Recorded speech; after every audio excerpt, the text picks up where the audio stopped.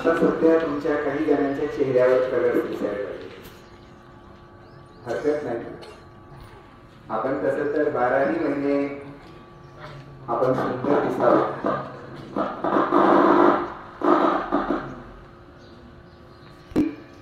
वेगवेगळ्या पद्धतीचा मेकअप वगैरे करतो, ते काही वाईट नाही. अगदी प्राचीन काळापासून प्रत्येकाला असं वाटतंच की आपण सुंदर दिसावं, सुंदर राहावं. पण आपल्या भारतीय संस्कृतीमध्ये धुलीवंदन असेल, रंगपंचमी असेल, हे असे काही आपण फेस्टिवल सेलिब्रेट करतो की त्याच्या पाठीमागं काही आध्यात्मिक धार्मिक कारण आहे. पण सध्या त्याला विकृत स्वरूप आलेलं आहे. विकृत स्वरूप म्हणजे वाईट स्वरूप आलेलं आहे. कारण आपल्याला ते का सेलिब्रेट करायचे आणि कसे करायचे हेच समजत नाही. आणि आपण काय यूज करत आहोत, तुम्ही कोणते कलर यूज करत आहे. शक्यतो तुम्ही जे कलर यूज करायला लागलात ते आताचे जास्तीत जास्त केमिकल युक्त आहे, म्हणजे रासायनिक कलर. एवढी तुम्ही वर्षभर काळजी घेता आणि एका दिवसात सर्व ते बिघडवून टाकतात, खराब करून टाकतात, स्किनला डिसीज व्हायला लागतात, इन्फेक्शन व्हायला. कारण आताचे कलर जे आहेत, काल तुम्ही रात्री बऱ्याच जणांनी न्यूज पाहिली असेल, फार मोठा साठा घातक अशा कलरचा सापडलेला आहे. जसा की भेसळयुक्त खवा सापडला, तसं केमिकल युक्त कलर सापडला. त्या कलर मध्ये काय आहे, तुम्ही जर रेड कलर यूज करत असाल तर त्याच्यामध्ये कॉपर ऑक्साईड किंवा ट्यूब्रम ऑक्साईड आहे, जे शरीराला बिलकुल चांगलं आहे. ब्ल्यू कलर यूज करत असाल त्यामध्ये कोबाल्ट ऑक्साईड आहे, जे अत्यंत घातक आहे. ग्रीन कलर यूज करत असाल त्यामध्ये आयर्न ऑक्साईड आहे.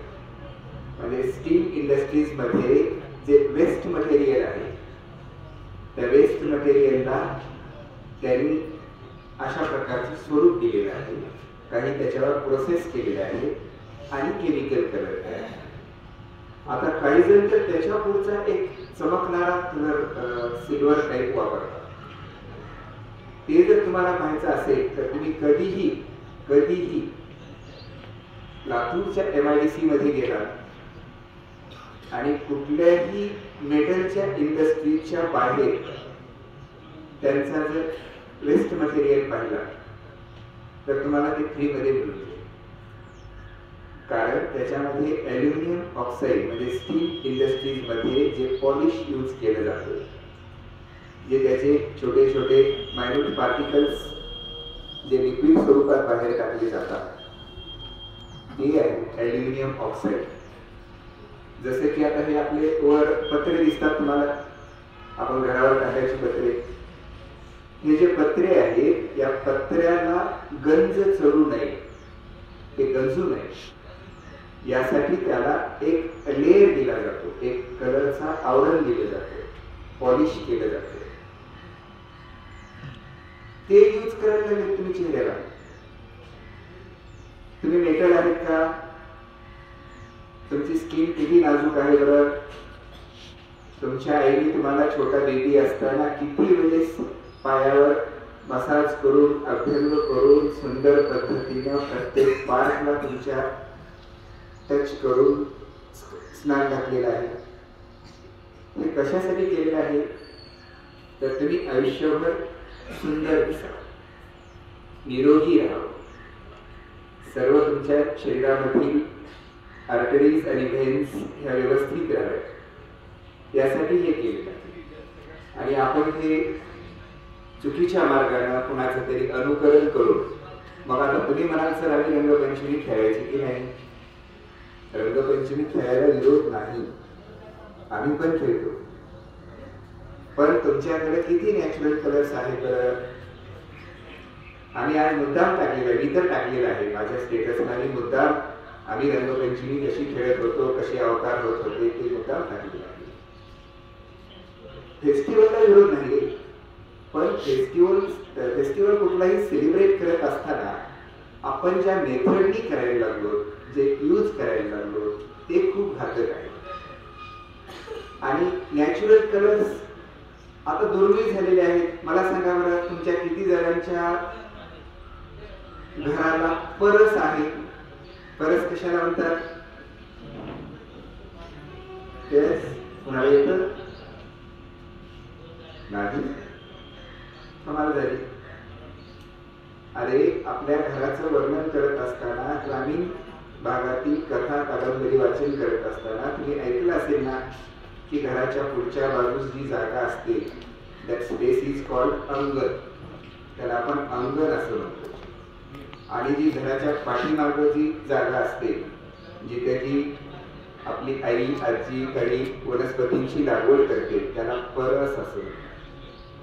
त्या परसामध्ये पूर्वी मेहंदीचं झाड असायचं, ॲलोवेराचं असायचं, पळसाचं असायचं, अशी वेगवेगळी झाडं असायची आणि त्याच्यापासून हे सर्व तयार केलं जायचं. आता आम्ही तुम्हाला शिकवत असताना हे सांगतो, तुम्ही जेव्हा कुठे शिकवता त्यावेळेस तुम्हाला अंगण आणि परस जर हे लक्षात येत नसेल. आता हेच जर समजा आम्ही पुणे मुंबईला जेव्हा यशोदाच्या ट्रेनिंगला गेलो, त्या मुलांना अंगण माहिती नाही, परस माहिती नाही, त्याला ते टेरेस म्हणायला लागलं, ते काही म्हणायला लागलं, म्हणजे त्याला ते जे आहे ते म्हणायला लागलं, हे स्टेअरकेस आहे म्हणायला लागलं, हे पोर्च आहे म्हणायला लागलं, हे म्हणजे तिथलं ते 1 BHK 2 BHK 3 BHK सिस्टीम आहे. आपल्या ग्रामीण भागामध्ये खूप सुंदर कल्चर आहे. आपण सर्व व्यवस्थित राहतो आणि त्या घराची रचना कशी करतो. आता तुम्ही जी मेहंदी काढता, काही प्राणी तर आता अंगावर टॅटू काढायला लागले. टॅटू मध्ये जो कोणीही असतो, टॅटू जर काढला तर त्या टॅटूच्या ठिकाणी काही वर्षांनी काय इफेक्ट होईल त्याचा नंतर मला भेटलं. अत्यंत घातक, शरीराला विद्रूप करण्यासाठीच ते तीव्र असं केमिकल कॉन्सन्ट्रेटेड आहे. एवढी सुंदर नैसर्गिक जन्मतः आईने गिफ्ट केलेली आपली स्किन आपण विनाकारण कुणाच्या तरी सांगण्यानुसार कुणाला तरी फॉलो करण्यासाठी आपण ते करायला लागलो. किती घातक बरं, किती चुकीचं. त्यामुळं सर्व रंग हे तुम्ही बिलकुल खेळायला हरकत नाही, पण त्याची पद्धत असते. आपण तर जबरदस्तीने कलर घासायला लागलो असं नाही. ज्याची इच्छा नाही, कुणाला कलरची ॲलर्जी असते, कुणाला कलर जमत नाही, त्याच्याशी तुम्ही कसं जबरदस्तीने कलर नाही यूज करायचा, लावायचा नाही. त्याला वाटलं तर तो कलर यूज करा. आणि आता ते केमिकल युक्त असल्यामुळे ते जर लवकर निघून जायचे असतील तर कोरडे कलर यूज करा, काही अडचण नाही. पण जबरदस्तीने काही करायला गेला तर हे सगळे मी आता जे सांगितले oxides, cobalt oxide, cuprous oxide, iron oxide, aluminium oxide, हे ऑक्साईड्स जर तुमच्या डोळ्यामध्ये गेले तर तुम्हाला त्या डोळ्याला त्रास होईल. आणि आपल्याला माहिती आहे आज लातूर जिल्ह्याची परिस्थिती, आजची, कालची नाही, आजची अशी आहे. नेत्रदानाचा संकल्प खूप कमी लोकांनी केलेला आहे. मग तुम्हाला डोळे कोण देणार? तुमचे डोळे एवढे सुंदर असलेले, चांगले असलेले, ज्याच्यामुळे की तुम्ही तुमच्या आईला पाहू शकता, पप्पांना पाहू शकता, ते डोळे नंतर कसं होणार? त्यासाठी हे आपल्याला एकाच वेळी मिळालेले सर्व ऑर्गन्स आहेत, याची काळजी घेऊया आणि मग रंगपंचमी व्यवस्थित खेळूया.